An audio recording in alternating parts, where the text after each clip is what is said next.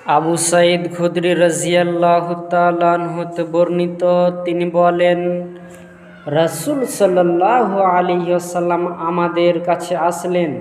ওয়া নাহনু নাতাযাকারুল মাসিহাদ দাজ্জাল, তখন আমরা পরস্পর দাজ্জাল সম্পর্কে আলোচনা করছিলাম। তখন রাসূল সাল্লাল্লাহু আলাইহি ওয়াসাল্লাম বললেন, আলা উখবিরুকুম বিমা হুয়া আখওয়াফু আলাইকুম ইনদি মিনাল মাসিহিদ দাজ্জাল, আমি কি তোমাদেরকে এমন বিষয়ে সংবাদ দিব না যা আমার কাছে তোমাদের জন্য দাজ্জালের চেয়েও, মাসিহ দাজ্জালের চেয়েও বেশি ভয়ঙ্কর। আবু সাঈদ খুদরি রাদিয়াল্লাহু তাআলা আনহু বলেন, ফাকুলনা, তখন আমরা বললাম, বালা, অবশ্যই, ইয়া রাসূলুল্লাহ, হে আল্লাহর রাসূল। রাসূল সাল্লাল্লাহু আলাইহি সাল্লাম বললেন, আশ-শিরকুল খাফিয়্যু, তা হচ্ছে গোপন শিরক।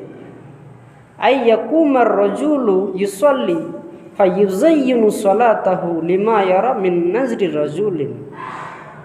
এবং এর উদাহরণ হলো যে কোনো মানুষ সলাত আদায় করতে দাঁড়ালো, এরপর সে অত্যন্ত সুন্দরভাবে সলাত আদায় করলো, এই কারণে যে সে দেখতে পেল যে কোনো মানুষ তার দিকে তাকিয়ে রয়েছে।